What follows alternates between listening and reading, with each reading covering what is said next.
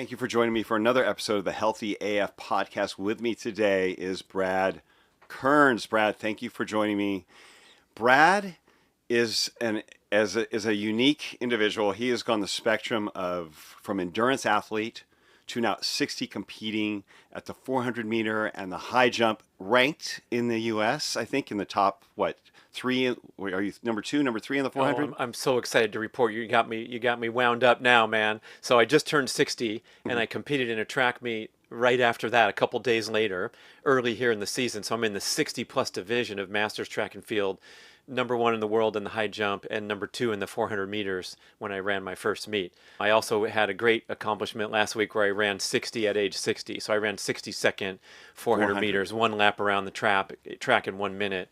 But it has been a complete transformation from my past as a really extreme endurance athlete competing on the pro triathlon circuit for 9 years back in my 20s, many decades ago. But the reframing of what it means to be fit and healthy and pursue goals like functional fitness for longevity and supporting health, as opposed to really compromising and challenging my health when I was a triathlete, because that's what an extreme endurance athlete does. It's completely antithetical to health to push your body that hard and train for that many hours. But I feel like trying to become competent as a high jumper and a sprinter at an advanced age are building these skills that are the essence of longevity: the explosiveness, the power, the strength, the mobility, all that kind of thing. And even mastering the recovery. I would imagine for all that at that age. Before we get too far down, because I'm gonna dive in. I love this, but remind people all of the books you've written with Mark Sisson, right? You guys co-authored how many books together? Yeah, we've had a good run in this ancestral health scene and the primal paleo movement, and I got going with Mark back in 2008. We were working on the Primal Blueprint together, and then we formed a publishing company and published many other authors, so I was in the mix of publishing and writing. We've written probably 10 books together now. Our latest one's called Born to Walk. We'll probably talk about that a little bit. Yes. But some of the stuff that we talked about on the diet realm, we'll have some nuance to discuss today, which is going to be good too. Right, but you guys, not just primal and not just paleo, but like keto, fasting, all of these things that are now seem to be really peaking in the public, conversation more than ever before. Like, what is the right thing? What do I do? Do I stay there? Do I cycle it? Who does it apply to? But you have explored every aspect of diet philosophy that people are just some people are just starting to consider now, but you've explored every aspect of it over the last 15 years or more, written about it to a depth of being a best-selling author with it. And so to think about where you are now after going through all that, writing about it, living it, performing with it, competing. So you have a spectrum of knowledge that most people cannot grasp, and I'm kind of like twitching to pick your brain because of that history, because you've been through it all. And you're doing it and you're at 60 and you're performing at a high level successfully. That success leaves clues, and so I want to know what those clues are. Love that, man. That's a great insight, and I think we need to start paying more attention to this success leaves clues ideal, especially as it comes to the performances of the world's elite athletes in sports like track and field and endurance and strength and CrossFit and whatever the science says and the research study of the week and the flavor of the month. That's great, and I'm not going to throw it in the garbage can, but if we just obsess about scientific results to the extent that we don't pay enough attention to what the leading athletes are doing, I think that's a huge mistake, because science is so confusing. And when we talk about diet, you can have someone come into this chair on the next show and say that plant-based is the ultimate, and then the next person is animal-based, and this is terrible, and that's a bad idea. And it gets really confusing for the average consumer that can't obsess about this stuff. So I like to take a few steps back, get really simple here. And one of the reflections is, what are the top athletes in the world doing and how do they behave? And when it comes to diet, there's an interesting insight.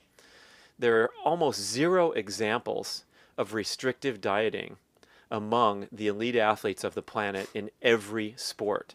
So there are not ketogenic NBA basketball players. There Right. are not guys on time-restricted feeding who are trying to win the Masters this week as we watch on television. There are not people in the endurance scene that are mixing and matching and doing these little protocols when they're trying to perform at the highest level and recover.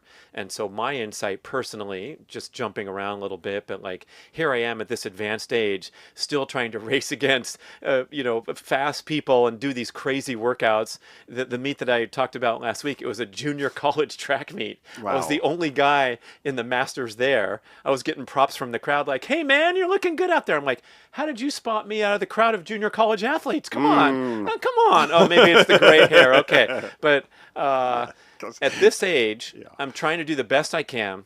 My mantra is now perform, recover, and I don't want anything interfering with my ability to perform and recover. So when I now reflect on the rationale for a restrictive diet that's giving these health benefits and all these great things that we've written about for so long, that'll work for certain people that have metabolic dysfunction. But for me, I'm going for this fully fueled strategy where I'm trying to source the most nutrient dense foods and eat as much as I want or as much as I can to feel completely satisfied and well fueled for every day and after every workout and so forth. So that's a little different than the nuance of like, well, here I'm counting my carbs and my time window is now 12 to 6 p.m., but I'm going to switch it to this and switch it to that. All those things work and they work tremendously well. And there's tremendous scientific validation for when your body's in a fasted state, it works better than any other time. You have cell repair, autophagy, you have anti-inflammatory benefits, you have immune boosting benefits, you have muscle repair benefits. All these great things are happening because your body is triggering these stress mechanisms that help it work better. But we have to remember that fasting is triggering a stress response in the body. So is ketogenic eating, time restricted feeding, all this stuff. And that's great if you need and deserve to eat less crappy food and get your butt up and start moving more. So we have an intervention now where we can try a restrictive diet of any kind. It could be the lentil soup and brown rice diet for 2 weeks straight, and you feel great and your blood work's all better. You've done yourself a health service. But once we're talking to people like in our category where we are getting up in the older age groups, we're still trying to kick ass. As Zane Griggs will talk about in his book, every page is about kicking ass. It's not about sitting back and being a wuss. Right. Now, how are you going to attack this challenge? I'm going for that fully fueled strategy of really nutrient-dense food, no junk. I can't afford any of that because I'm at an advanced stage and I'm trying to perform and recover.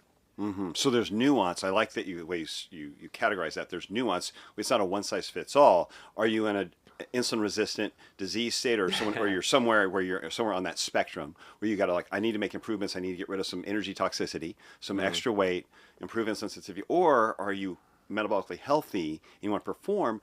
It's a different plan. And it's a chainsaw versus as I like to say, the chainsaw versus the chisel. Do you need it's that nuanced approach, which I appreciate, and I found with not with just clients, but with my own life, where I was eating and like a dieter or trying to live through all the diet tricks, but then perform like an athlete, and I hit that wall where I was overtraining, everything's burning, my sleep's disturbed, and I was cortisol's too high, sex hormone binding globulin is through the roof, TSH was too high, so my thyroid's struggling to keep up, and it was like I hit that wall, and I spoke to you on your podcast shortly after, like probably a year after kind of figuring this stuff out, and I was still hearing what you were doing was like, oh, he figured this out already. He's already way ahead. And I was still trying to figure out, almost scared about letting go of these tools, these habits I've been doing for a decade of intermittent fasting and fasted workouts. And I was like, well, what's going to, wait, these are my, and I got really like emotionally attached to my tools. To these severe or like kind of extreme tools that work for an energy toxic body, but they're not ideal for a healthy, high performing who wants to like really work out hard. It doesn't. You're in conflict. Your strategies are conflicting. And when I heard you talking about, no, I'm eating fruit in the morning, I'm fueling my body to bring the cortisol down. I mean, I got fruit here, and I'm eating here, and I'm moving more, and I'm spending more time outside, and I'm like this. he's got it figured out. And it was eye-opening, and it was relief. It was relief to talk to you. Yeah. Yeah. Because like, I can have a bowl of blueberries when I wake up and a protein smoothie. Yeah. I don't have to starve myself. Right. Yeah. And I was kind of moving that direction, but you had totally blown the doors off. I was being cautious. I was worried about what's going to happen here. And am I going to lose the benefit of all these stressors? And it's like, you're over leveraging the stressors. Yeah, yeah. And, the more serious and the more accomplished the athlete, the more I find, this goes back for decades to hanging out with Lance Armstrong. We were just talking about him because we're here in Austin, Texas. And all the athletes that I've been around, I just interviewed Olympic and U.S. record holder Shelby Houlihan, middle distance runner. She just got a silver at the Worlds. And I was asking her about her diet and even her training patterns. And she says, well, I just get out the door every day and I run, and it's usually around 8 or 12 miles. I'm like, well, what pace, what heart rate? She goes, whatever I feel like. So I'm talking to the fastest female of all time in the United States in the mile, a silver medalist holding the medal from the World Championships, and she just heads out the door and runs on a whim. And then she has her structured workouts, but those are only 2 days a week, where she's doing 30 times 300 in 51 to 54 seconds with 100 jog at 8-minute mile pace. I'm like, holy crap, did you say 30 times 300? Because one of my favorite workouts is 3 times 300. So Zane's going to ask me, what are your track workouts? Well, I like to do 3 times 300. She's like, yeah, I do 30 times 300. I'm like, wow. Okay, so she's working at the highest level, but she doesn't have this obsessive, highly quantified, highly rigid, structured approach.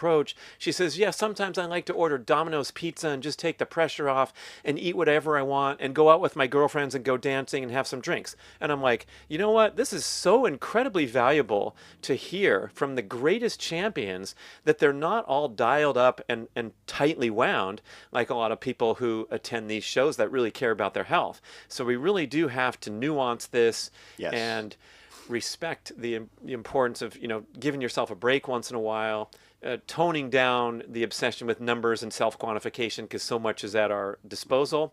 But at the same time, I'll say, look, we're immersed in the fattest, sickest population in the history of humanity. We have now 68% of Americans are outside healthy body composition, so they're in a disease state and they're heading toward disastrous accelerated demise. So there's no everything in moderation, says Brad Kearns. No. For everybody, the starting point is to clean up your frickin' act and go through your house and throw this garbage away that's been pounded down our throats with cultural programming and society, and your kids' birthdays at Chuck E. Cheese when they're 4 years old, so they learn about stuffing their face with garbage and passing out later. I mean, it's a disaster. So I'm a very strict and devoted health enthusiast. I have an exceptionally clean diet. If I am going to treat myself, like last night going to the Jenny's Handmade Ice Cream in Austin, Texas, sponsor plug, of course I'm going to enjoy the heck out of it, but I'm not shopping for nasty Ben and Jerry's that put seed oils in some of their flavors and having that on my shopping list. Huge difference. So everything's, disciplined and focused and thoughtful. But it's not that overboard point where you're stacking up too many stress factors like you report with yourself. You already kicked ass in the workout. Mike Mutzel's got a great video talking about autophagy benefits. The research shows that autophagy benefits peak after a 48-hour fast. Interesting. So after 48 hours of starving yourself, your organs actually shrink because they shed off damaged, inflamed cellular material, and you get an incredible renewal aging effect with only 48 hours of fasting. Isn't that amazing? Guess what? Here's the punchline. An hour workout, slamming in the gym, kicking ass for an hour, delivers similar autophagy benefits to a 48-hour fast. So it's like, without being fasted. Which would you prefer? Right, with nothing to do with whatever. A fueled workout. You can do either one. You can starve for 48 hours and get an amazing renewal effect and go to the retreat where they're going to not eat for the first 2 days, and then you're going to have your lentils and brown rice. Wonderful. Or just go slam one in the gym with Zane. You can probably hit him up on the DMs, and when you're in town, he'll go take you through an hour, and you'll get the same benefit. So now a lot of people are in that category of like, should I do both? How do I mix these things up? And that's what we're talking about today. Is my awakening has been, here's my stress factors. Let's count them. Advanced age, trying to do crazy ass workouts and races with the young bucks. Yeah. And then third, normal everyday life stress patterns. That's where I want my diet to be nourishing and not tiptoeing into potentially where we're making our own glucose from stress mechanisms. And Right. I was telling you just before we hit record, when I was writing the book about the keto diet, I was deeply immersed in it, but I was also still trying to do my sprint workouts and push my body hard. And my body wasn't quite ready for this extreme ketogenic experiment that I was immersed in. And so I was putting up these crazy numbers, like I'd wake up and my fasting glucose would be 131. And I'd be like, oh, wait, that's pre-diabetic, but I haven't eaten a carb in 14 hours, I can assure you from my journal here, because I'm writing everything down. And the meal before that was steak and eggs. So what's going on? And the carb was broccoli. And a little broccoli. Yeah. And 2 squares of dark chocolate. Okay. So how is my blood sugar up at 131? This is what the body does when it's under stress. People can relate, like when you're in a family crisis at the hospital and for the next 3 weeks, everything's disturbed. However, you're not hungry and your hand's shaking like this all day long because it's such a crisis. You're making your own sugar. You're alert. You're energized, but you're under stress. Right. So the elevation, I think it's common with many people who are following a low or no carb diet, their fasting blood sugar is often out of range. It's above 85. It's in the 90s, and like you said, under a stress or like that morning, that dawn effect that you would normally associate with a type 2 diabetic, where their blood sugar goes up in the morning because of cortisol and it gets. You are having the dawn effect on a keto diet, and you're metabolically healthy. And so the stress from that, the gluconeogenesis, elevating stress hormones, and glucose production, people will say, well, no, I'm burning more fat. I'm burning more ketones. Well, neglecting the body's need for glucose. And it's going to make more of it because it needs more glucose. It requires glucose. The brain is ravenous for glucose all the time. And ketones can only supply so much. There's certain things that the brain needs from glucose, and the kidneys. There's certain cells that have to have glucose. And so the theory is, but your body won't make, in gluconeogenesis, won't make more glucose than it actually needs. Right, but you're creating a need that is greater than normal because you're in a starvation state. Yeah. And so it will come out of normal levels. And the assumption is your blood sugar won't come out of normal levels on a ketogenic or carnivore diet. When you've experienced it, I've seen it. Everyone many of the no carb people, well, their normal fasting glucose is like chronically in the 90s. Yeah. Which is not diabetic, but it's not between 70 and 85 like is the ideal norm, right? Maybe, I don't know. Yeah, I mean, I'm trying to rethink all this stuff. Right, but it's like, but the fact that you had 131 waking up in the morning, you hadn't eaten for 14 hours, and that you was were not eating a good. keto diet, Yeah. you're like, okay, so there's too much stress going on here, and my body obviously needs so much glucose that it's almost overproducing, or producing more than, like, why were you not taking that up? Yeah.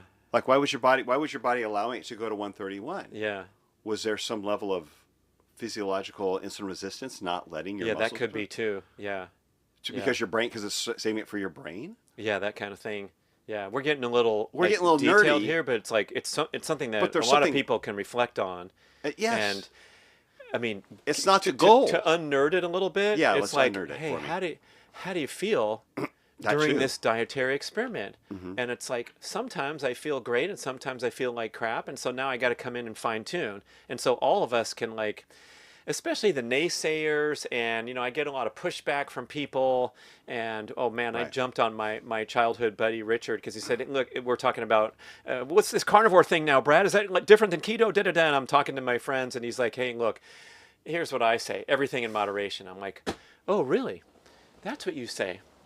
But you're a very high-performing executive who is driven and works harder than anyone I know their whole life, and you're the most competitive mofo when we play pickup basketball, that you're off the charts, but now it's everything in moderation when you're talking about diet? No. We need an extreme approach to diet today because we're bombarded with so much crap. And so now, with that said, first thing is clean up your act, and then you can start experimenting with, like, what meals and foods and meal patterns make you feel the best and perform the best. And luckily we have all these things to measure now, especially in the gym or out on the roads, where if you have a crappy workout, okay, we need to unwind that. There's only two reasons. One of them is deconditioning, which is not a lot of people, are suffering from all this deconditioning and poor workouts. It's mostly overtraining or underfueling or overstress in general life. Yeah. When you have a family, a job, all those stressors count in addition to your workout. They're as stressors. We've talked about that. It's like all stress matters, and then it starts impacting your sleep.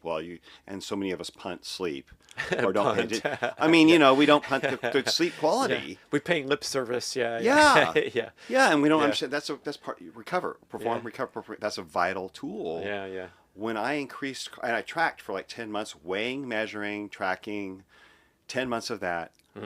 My average fasting glucose was usually like probably high 80s, low 90s. Last would have been 94. My fasting insulin was like 3.1. 10 months of increasing carbs up around the 250, 300 grams of carbs. I was measuring everything, which is at least 100 grams more than I was, maybe more, 150 grams some days.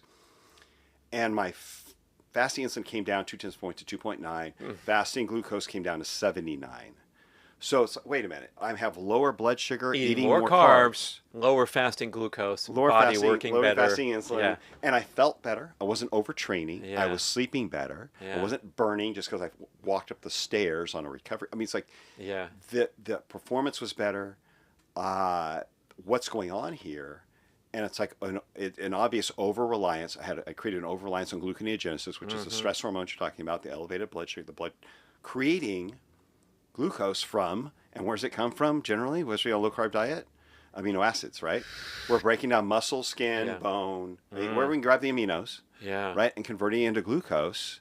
And there's even some aminos, when you talk about ketones, there's certain amino acids that turn into ketones as well. There's ketogenic amino acids, which we're breaking down muscle to create. Oh, you got high ketones, but how much of that is coming from fat? How much of that is coming from muscle as well? And so I think you were way ahead. To your point, when you're healthy and you're lean and all your numbers look great, we don't need to hit more extreme and more extra stress, especially if you're working out. It's the recovery, because that workout can create, like you said, the hour-long workout can create as much autophagic stress, if you want to call it, or the metabolic stress of a 48-hour fast. I don't think anybody is equating that like that. Everybody's not thinking that way. They think, workout, you can't out-work out your mouth. Well, but... Yeah, well, the elite athletes are, right? They definitely are. They don't pay no mind to this funny stuff. They just order Domino's pizza and then set American records. And they have pancakes first thing in the morning. They load up on that. Right. I mean, I think the elite athletes have a long way to go to optimize diet, and we'll probably be seeing more and more of that in the future. For sure. And it's already kicking in where, Dr. Kate Shanahan, our mutual friend, was the meal prep and consultant for the Los Angeles Lakers, and then Tim DeFrancesco would order the food on the road and bring it into the locker room. It wasn't Domino's pizza. It was carefully cultivated bone broth with egg yolks stirred in, all that great stuff. And it's getting there, but it's not there yet. So I'm not going to put elite athletes on a pedestal as like, let's see how they eat. No, because they're running 120 miles a week at 30 times 300 workouts. That's different. And then they're early 20s.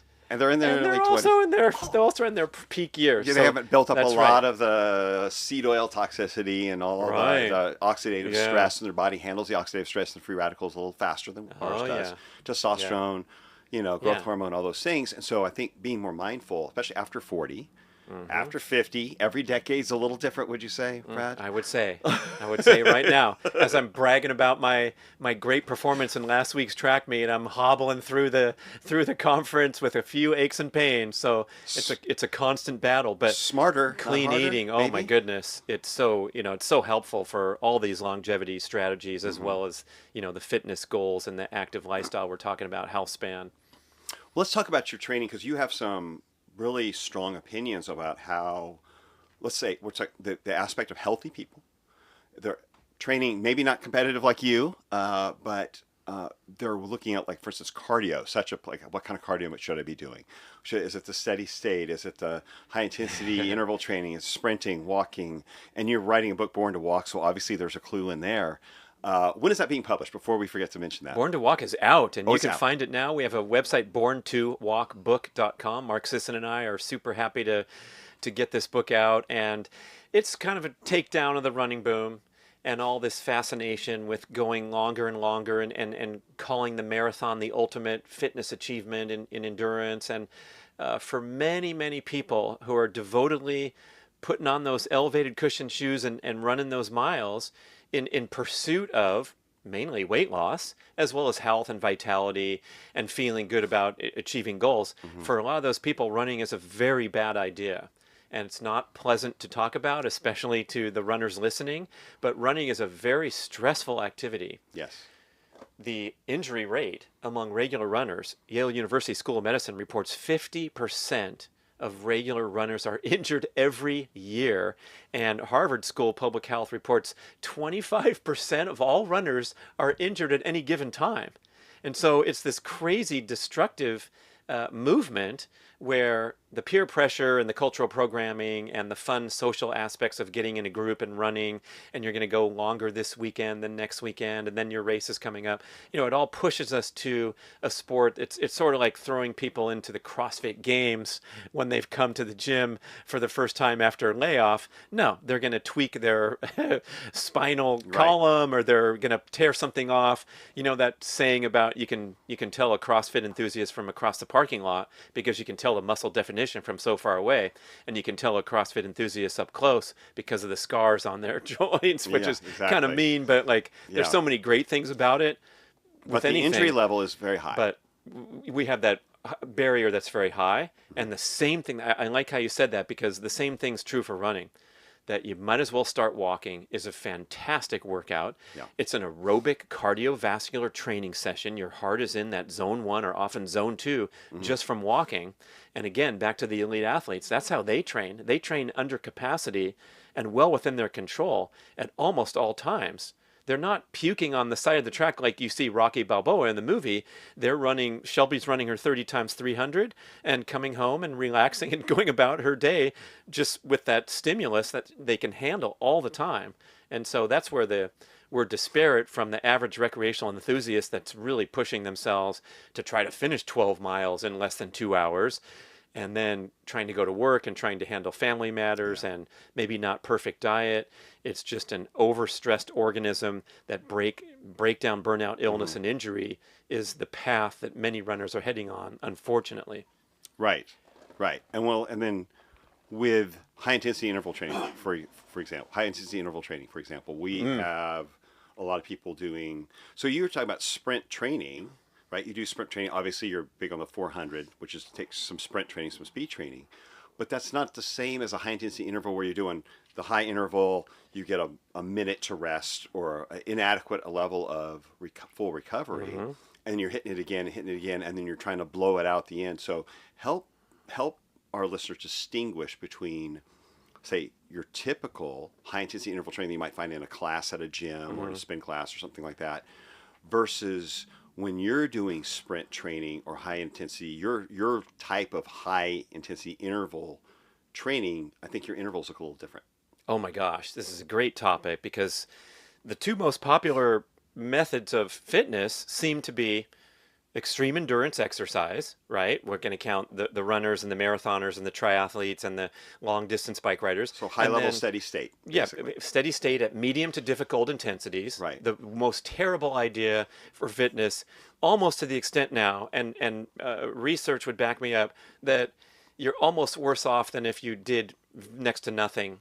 Like the two neighbors in the neighborhood, one of them walks their dog around the block and they go for a mile every morning, and then they get more sleep because they wait until 8 a.m. And then the guy that wakes up at 6:30 and runs 8 miles at a medium to difficult pace, they're both heading toward heart disease and accelerated demise because of the extreme nature of a lot of endurance training. Then the other most popular part would fall in the category of HIIT. And these are the home-based modalities like Peloton, and this is most of the programming in the fitness community. Boot camp, bar class, spin class, a personal trainer guided session where they're taking you through sort of a like a circuit workout, like Orange Theory or something. Right. And all these things are an improvement from being on the couch and being unfit, but a lot of the programming is overly stressful by nature. So let's take a spin class, because I used to work for the spinning corporation, and I did programming for the instructors. It's 45 minutes. We like the rocking music. we like the high energy instructor, and we're going to go do a mini simulated Tour de France where we're going to sprint 10 times up the mountain and rest 30 seconds and then do another and do another and do another. And you get a great workout. It's very strenuous. You've been working at the high heart rates. You've been putting out, large wattage outputs. So it's sort of like a strength training session. You're getting high heart rate conditioning, and you're getting the aerobic impact of working out for a long time. That all can add up to be an exhausting, depleting workout. And then we go into the main goal again, to reduce excess body fat and look good. The people that do that workout at 6 a.m. are going to be reaching for the Ben & Jerry's at 6 p.m. Another sponsor plug on the show. Okay. It adds up to becoming lazier throughout the day and dysregulating appetite and satiety hormones. There's this medical research area called the compensation theory of exercise, which is the body engages in an assortment of compensatory mechanisms, stress response driven, again, to slow down, conserve energy, and consume more energy when the workout pattern is too stressful. So by and large, like, I love the CrossFit theory of broad-based functional fitness, but I personally contend that if the workouts were half as long, they might be more effective for many, many people. And less injurious. I was just talking to my very, very, very fit buddy, Dude Spellings, in the booth, and he's talking about how he tweaked his back and he couldn't move for a week because he was doing pistol squats combined with high rep deadlift. And he can do anything you put in front of him, but he tweaked something there because he was getting fatigued at the end of the workout. So if he'd done half the workout, so it's okay to err on the low side, especially when it comes to high intensity and difficult sessions, because you don't want to overproduce those stress hormones in an hour-long workout. Right. So HIIT, high intensity interval training, is sort of by definition a degradation of your energy and your technique and your output, your performance. And so I was giving the example of, like, if I'm going to run sprints across the athletic field, let's say running across 100 meters, and I time myself in the first one, I'm going about 92%, and I get 17 seconds. Okay, that's pretty good. The second one, I want to see 17 seconds, and I want to be at 92%.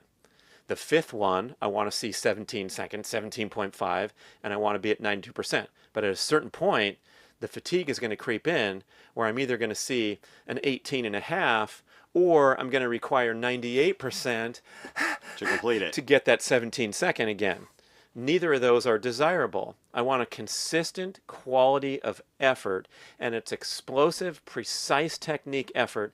That's what sprinting is, and that is by far the best genetic signaling for fat reduction of any workout. And it's better than a 45-minute HIIT session just to do a few minutes accumulated work of real sprinting and real explosive stuff. And it doesn't have to be running on flat ground. It could be, you can sprint with kettlebell swings. So you can do 8 seconds of kettlebell swings, stop for a minute, really rest and recover. 6-to-1 is the minimum recommended ratio for rest to recover when you're sprinting.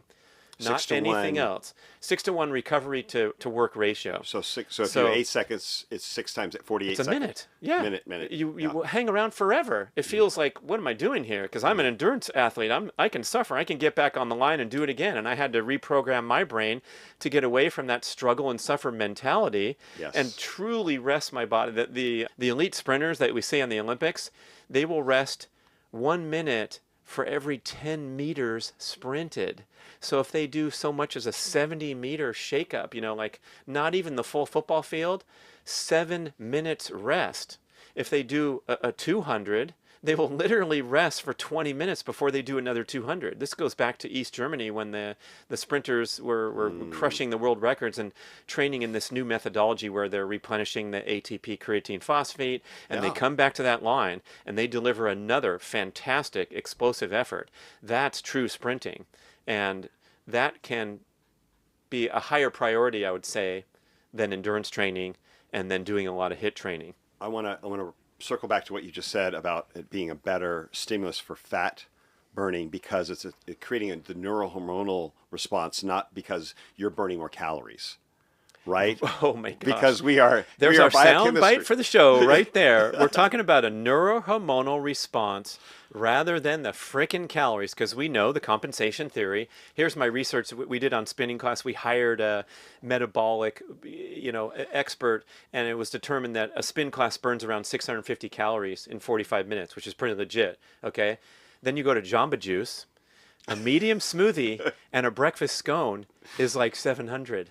So yeah. you leave the spinning class, and of course you're going to hit the Jamba Juice. You deserve it. You celebrate. Yeah. You get a little tiny scone Reward yourself. and wash down a smoothie, and you're now at even. So we can throw that out of the water. I think most people are now on board realizing that the calories in, calories out model is, however accurate that Lane Norton says from, You'd be from surprised, science. right? Who's still hanging on to it? I don't disagree with that, but it's so nuanced, because it comes down to one's appetite and It's one's... it's not the full picture. It's Right, a section of the picture. It's just a truth inside a giant bubble of like, oh yeah, but I saw you eating Ben and Jerry's last night, so why are you talking about this science stuff to me the next day? Yeah. Our appetite rules over everything, and our whims and our regulation of our energy. Hormones. Right, It's hormones. We're biochemistry. Yeah, We're not a closed system like a lawnmower.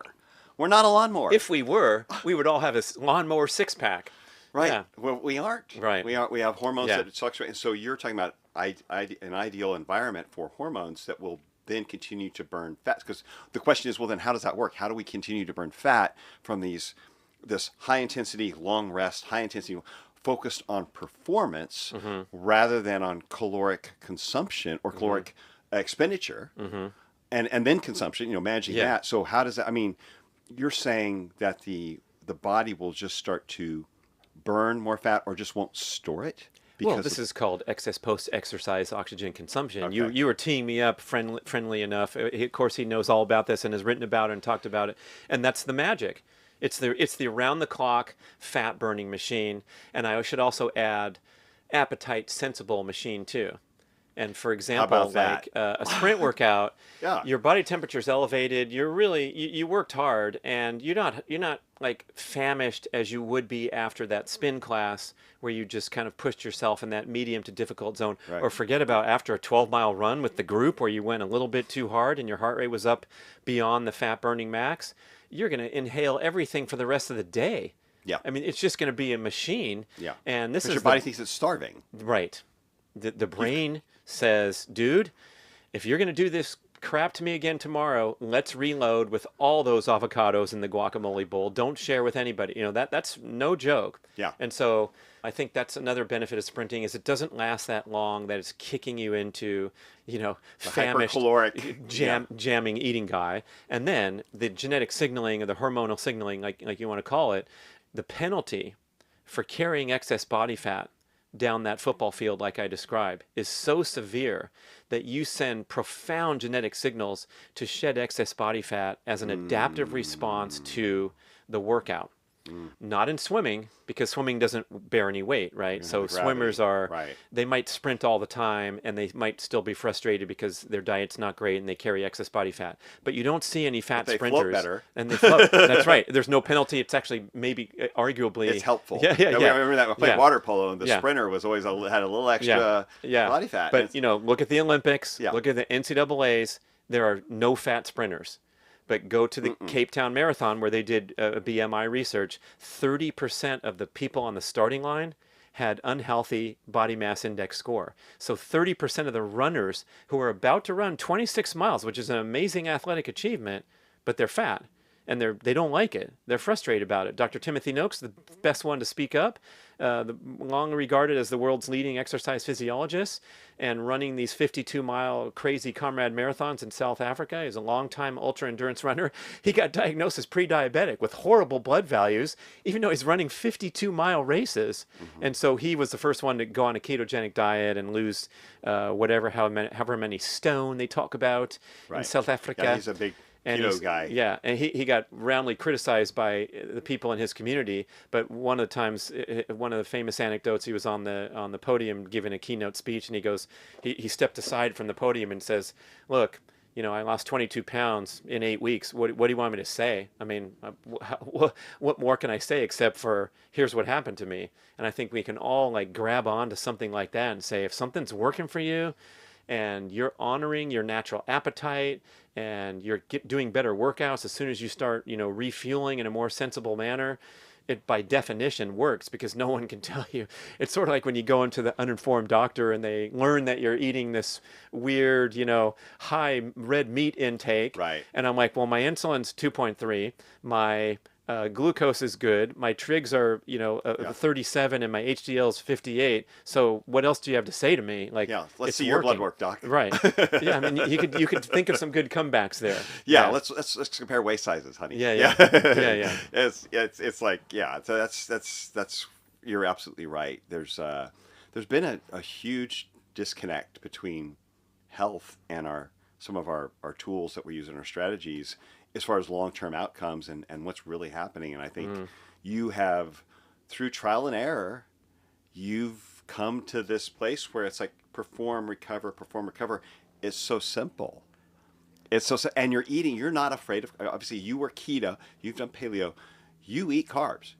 Real quick, I know we're running out of time here, but like, what are your carb go-tos? Well, how do you refuel? I think fruit is the best. Yeah. So like meat and fruit is my quick quip. If someone asks me on the airplane, what's my diet all about? I eat a lot of red meat. Red meat, of course, now known, or hopefully known, as vastly superior nutrient profile, as well as sustainability, as well as animal humanity, to chicken and pork, and even the fish now, with the concerns about the dirty waters. Oh, yeah. And so like when I hear people say, yeah, I don't eat red meat, I eat chicken and fish, as like a complimentary idea, it's like, I'm sorry to hear that, because red meat's the most bioavailable, nutrient-dense food you can find. Yeah. I mean, it's all cattle are 80% of their lives grass-fed. So when you say grass-fed, they're mostly grass-fed. Then they bring them into the feedlot and they feed them for a few months. For a few months, and that's too bad. And you can get 100% grass-fed lamb, 99.99% grass-fed. Yeah, it's amazing. And many other choices in the red meat Bison, category. all that. Right. And so I'm just trying to eat as much of that as possible. I, of course, love protein smoothie and making sure that protein intake is higher, which is tough with just whole foods. Yeah. So I'm a big fan of minimal supplementation, but of course protein and creatine are great. And so I'm consuming a lot of fruit, a lot of red meat, a lot of pastured eggs, and then well-sourced other forms of carbohydrates, sweet potatoes. My rule for sourdough bread has to go stale in 4 days. Then I'm all over it. And you wait for it to go stale. Yeah. It has to go stale in 4 days. So I go to the farmer's market, I get the fresh loaf from the guy on Sunday, and that thing, you better finish it in a few days, because that's legit bread. So anything like from the store in a wrapper and all that kind of stuff that has the other chemicals in there, that's a lot of times the concerns, where I'm not too worried about eating a fresh slice of sourdough, nor am I worried about eating a sweet potato. Sometimes we enjoy popcorn feast in the evening, watching. You mentioned a couple squares of Netflix. chocolate here and there. You eat chocolate.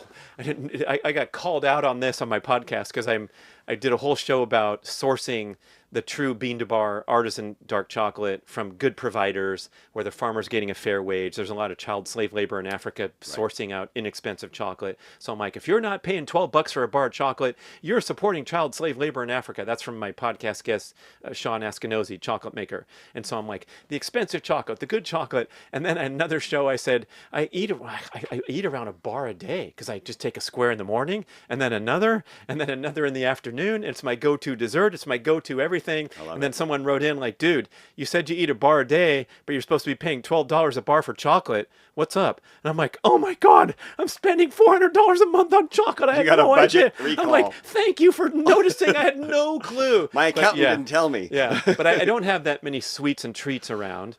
And so dark chocolate is my thing, 80% or higher. Yeah. And it's got all those xanthine benefits and antioxidants and all that. And it satisfies one's craving for something delicious, but making the best choices would be my recommendation there with whatever you're going to consume, Yeah, those recovering carb-phobes, right? We are no longer... That's funny, because everyone uses the term in a broad manner, and like, oh, I'm low carb. Well, what do you mean? Like, so you don't eat a fresh bowl of blueberries from the farmer's market in the summer? Like, and some of them will say, no, that's sugar. I mean, they're literally equating... It's getting big now, huh? Sugar with fruit is the same. It's like, wait a minute, there's antioxidants. So many things wrong with that concept. Or honey, which is a human in the human diet for as long as I can find Back it. to biology class, people. Yeah. Glucose is burned in the cell for energy. Yeah. It's not a poison. It's not a toxin. It's not a toxin. When you overconsume it and overwhelm your metabolic system and prompt an insulin response, then you have a health concern. But it's not inherently toxic like a seed oil could be categorized As inherently toxic, When you 100%. consume that, you're 100%. smoking a cigarette, basically. Yeah, it's oxidative stress. Yeah. And that's a real form of disease. It's not a macronutrient, doesn't cause disease. Oxidative stress causes disease. Mm-hmm. What's creating oxidative stress? Cigarette smoke, seed oils create Yeah. oxidative stress because of by nature, Yeah. right? But Food chemicals. food yeah. chemicals, all these Yeah. things, glyphosate. So Yeah. we're at a point where I think there's been a lot of confusion and fear around real food, and I'm so Yeah, that's thankful. scary, huh? It's It's frightening. scary. It's sort of like the paleo being attacked by, let's say, a plant base. And so like I'll play dumb for a while and say like, okay, so we've been eating eggs and meat for like 2.5 million years. Right. So how is a doctor or anyone else tell me that an egg, which is the essential life force of the natural essential life force of the planet, Yeah. how can you tell me that's bad for me? It's like mind blowing on the most basic level. Yeah. Same It with doesn't fruit. make sense. It's not historically accurate. Yeah. Because we only had metabolic disease for about 120 years. Right, But yeah. we were all eating all of these real foods. We've been eating sweet potatoes for 8,000 to 10,000 years. We were making bread out of wild grains 14,000 years ago. Cultivating Yeah. wheat in the Middle East and making bread 8,000 years ago, 10,000 years Yeah. ago. Rice. How Yeah. many? I mean, Chinese with rice. It Yeah. depends on regionally. Yeah. Fruit, honey in Africa, 24. Yeah. I mean, like 10 months out of the year with honey. Yeah. These Yeah. things do not cause metabolic disease Yeah. in these hunter-gatherer traditional tribes. We didn't have it before 1900. Yeah. It's like, how about we just go back to whatever foods were around in 1850? Yeah. You're probably doing okay. You're doing all right. If it's Yeah. after 1910 that the food was created, Yeah. you may want to minimize that. I don't Yeah. know. I know we got to wrap up, but I also heard something really Yeah. interesting recently where like 1970, let's say, Yeah. we weren't exercising. We weren't in the gyms yet. Jane Fonda was coming around shortly. Same with the running boom. So we were working out way more now than we were. Absolutely. We still ate hot fudge sundaes and went to McDonald's and had TV dinners and all this crap. Yeah. So like, what's the difference? And one of the theories is like the increased chemical enhancement of our food food. production, Yeah. and further away from, like, we know that the fries were fried in tallow at McDonald's in the 70s and now they're in the seed oils. So that is arguably the reason for the obesity epidemic. Not that we're not exercising enough. We're exercising more now, Yeah. in a way, and we're eating way more chemically laden food where it's not the calories, it's just the poison Yeah. that's causing the problem. I 100% So think I think a that's- good way to close is like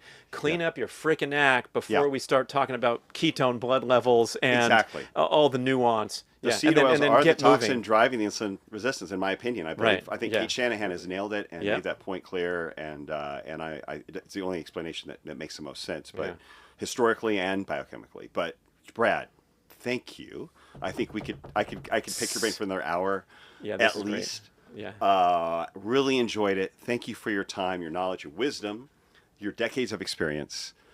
Priceless. And I just appreciate your willingness to be so open and vulnerable and sharing like what you've learned, your journey through this. And I think Are you referring to when the people picked me out of the crowd as an old man in the junior college track meet? That was pretty vulnerable. I think going from keto and paleo to where you are now, where you're a high performer, you are eating a spectrum from the spectrum of food groups, and you are resting, and you're basically contradicting everything that we've been thinking and practicing about exercise and even with diet for the last 30 years with your and with experience. So you've got the receipts. The receipts. You got the receipts. You got the proof. And here you are, a high performer at 60 years old, number 2 in the 400, number 1 in the high jump. That's I right, mean, yeah. that proof's in the pudding right there. And I just, it's so valuable. I just can't wait to share this one. I'm looking forward to it. But Brad, thanks again. And man, I look forward to more conversations Back with you. at you, Zane. You're doing a great job with Thank you. your show. You're one of the best guys on the mic around. That's why we have you in these roles. I Very appreciate kind. it. Very yeah, kind. Really good. One more shameless plug. Can we say it here? Hack Your Health men's health yeah. panel. We'll see you in November, people. See you in November Yeah. on the men's health panel right here. But yeah, thank you. Tampa, again. Florida, one of the great towns of the planet. That's Yeah. right. All That's right. right. Awesome. Thank It's you, a Brad. wrap. All right, dude. Beautiful.